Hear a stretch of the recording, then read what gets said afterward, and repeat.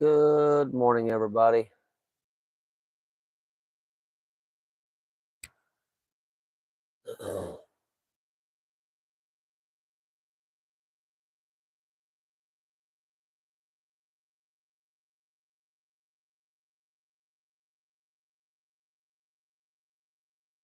Coming on here a little early, had a little bit of technical issues again, and I wish it would let me schedule these things a week out. Uh, but every time I schedule, then I can just come in and just basically just click go live. Is all I have to do. I don't have to set it up. This thing takes, I don't know, about 3 or 4 minutes to set up every day.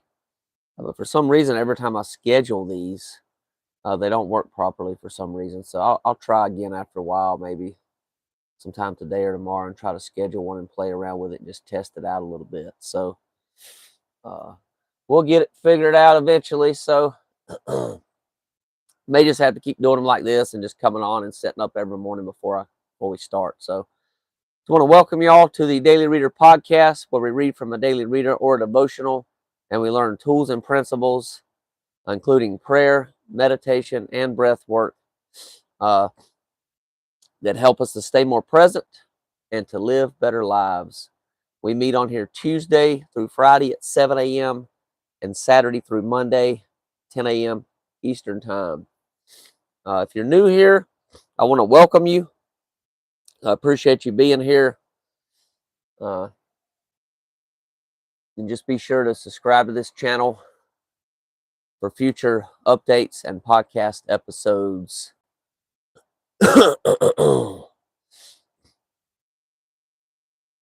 Looks like somebody's trying to call me. It's actually my mechanic. Hopefully got my van fixed this morning and be able to get that going here shortly, I hope. Hopefully he's been able to get it done. Good morning, Crudy. I'm doing good. How about you?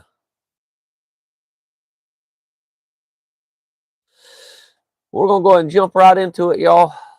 Let's go ahead and just go ahead and find somewhere like a stopping point. Looks like he's got me. Looks like he said he's got my van ready to go. So I'm excited about that. Thank God for that. I got to get up there and get this thing here shortly after we finish this. So I got my sister's going to give me a ride up there. Thank God. Appreciated of that. Another friend of mine brought me home last night from the shop. I offered to give him some gas money. He's like, "No, I don't want it. Thanks. It was good to see you and catch up with you and things." So he said that was enough. So actually, one of my investors I used to sell properties to literally lives right down the street from the shop. All right, so y'all should be in a place, safe place right now to go ahead and get started with our relaxation using breath work and meditation this morning. So go ahead, and if it's comfortable for you, if you're comfortable with it, go ahead and close your eyes. Trying to get this camera a little bit more. I think that'll be okay right there. That's right on the money. About best as I'm gonna get it, I think, with my certificates. I try to keep my certificates showing in the background. Not that y'all can read them or anything. Kind of hard to read, but this one's Randolph Community College Continuing Education. Certified Tony Zamberlin has satisfactorily completed 140 hours required for the study of health and wellness coach. May the 13th, 2024. This one is the Army Quartermaster Roll Call, Tony Zamberlin, United States Army National Guard Supply Specialist, Private First Class. In Fort Lee, Virginia. It's when I did my class, my training up there to be a quartermaster supply specialist when I was in the Army National Guard years ago. All right, so go ahead and breathe in your nose, out your mouth. It's best to do this with your feet on the floor. Try not to be laying down anywhere. That way you won't fall asleep.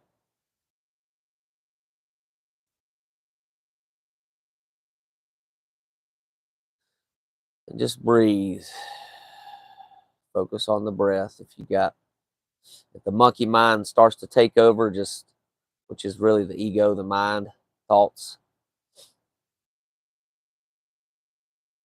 just let them be. But then you can go ahead and notice that. Don't judge them. Don't judge it as good or bad.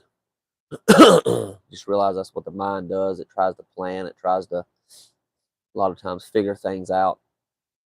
And sometimes it's good and sometimes it's not. It's good. I think it's good. The mind is a tool and it has its purpose, but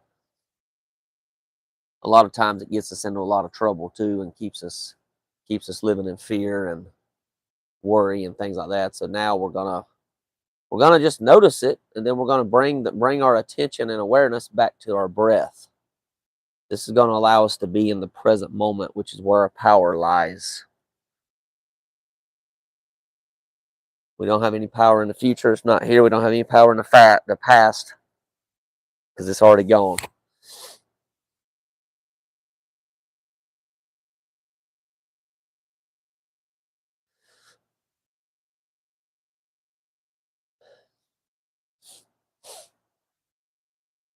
So let's just stay present right now to the moment.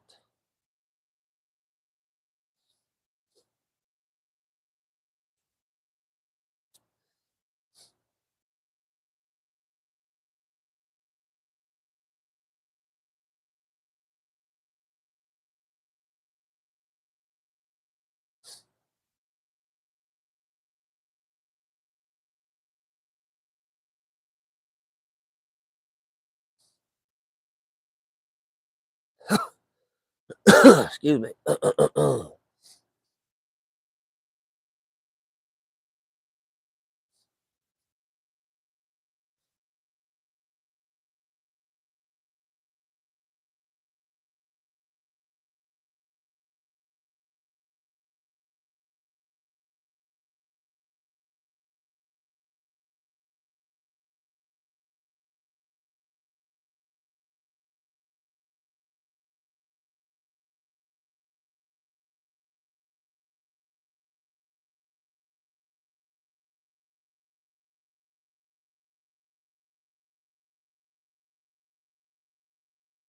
Make sure you're still breathing. Breathe in your nose, out your mouth. If you can. If you can't, just do mouth breathing. I'm a little stopped up this morning. If y'all can't, probably can tell it.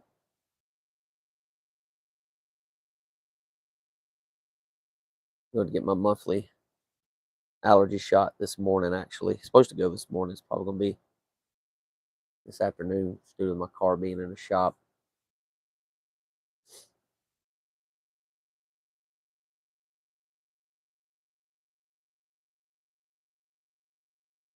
Yeah, immunotherapy really helps me with that.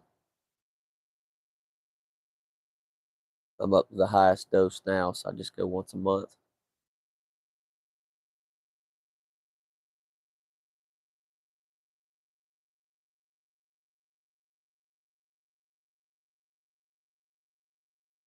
Y'all notice that? My ego tried to come in and take me out of the present moment. So bring it back. Bring it back to the here and now.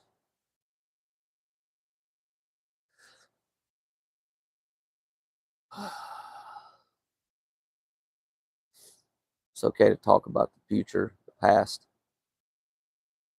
but we have to realize we do it in the present moment.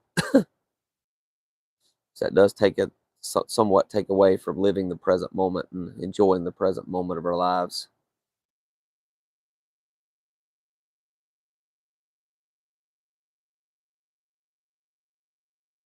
You just don't want to live there. Don't want to stay there. Don't want to stay in the past. Don't want to stay in the future. We want to stay in the here and now.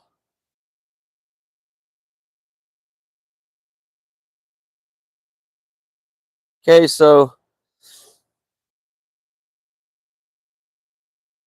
I'm going to do one more breath, so breathe real deep, deep as you can get it in on your in breath. And then your exhale, blow it out audibly. It's going to release any other tension that the body might be holding on to right now.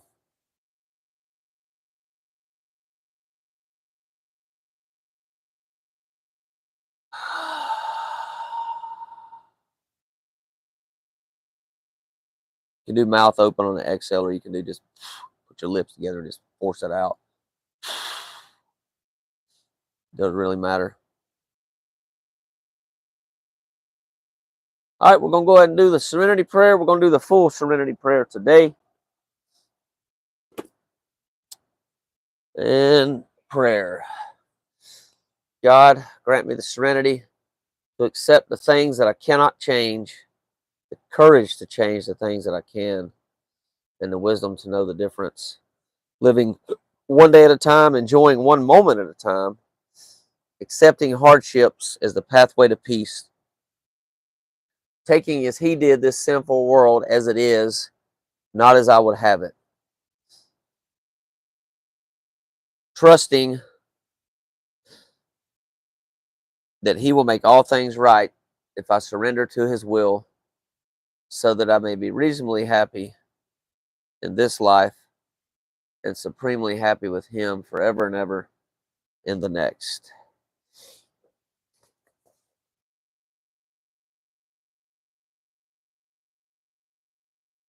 Okay, it's July the 7th.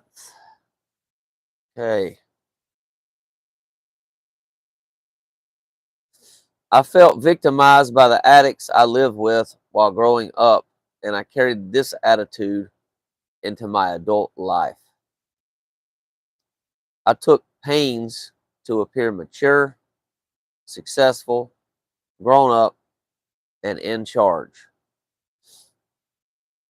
Inside, however, I felt like a scared little kid who was completely out of control. I continued to feel and act like a perpetual victim, fearful, reactive, and unable to cope. My fear became even more intense when I learned that my son was an alcoholic. Fortunately, when he sought recovery, I found Al Anon. In Al Anon, I learned that I do have choices. I don't need to be a helpless, hopeless victim. Instead, I can take responsibility for myself each moment through the choices that I make. I can attend a meeting, call someone in the program, ask for guidance, pray, and work my program.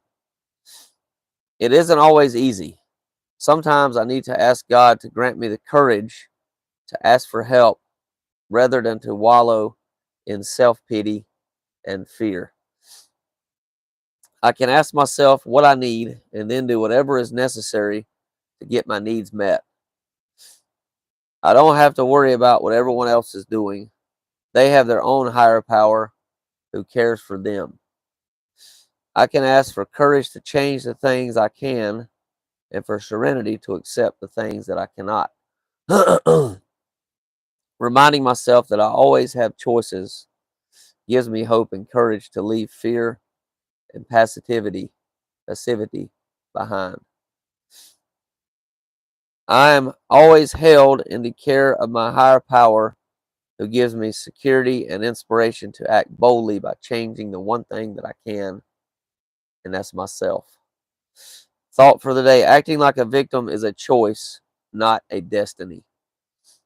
Victims create victims. Fortunately, recovery works the same way. Recovery creates expanding recovery. And that's from the book From Survival to Recovery, page 205. It's interesting that I read this, y'all, and I think it's miraculous the way things have gone. I mean, with this reader, y'all, that I read every day on here with y'all. Talks about victims, like playing victim and being a victim. Not that there's not circumstances where people can be harmed, I can be harmed, and whatnot. But truly, I truly don't believe that there are no victims. This is it's kind of a hard thing to accept, but I've come to realize in the last, I don't know, probably 3 years that most of the time, I'm not saying all the time, okay, 95% of the time we play a part in our own suffering in our lives. We had something to do with it, so to speak.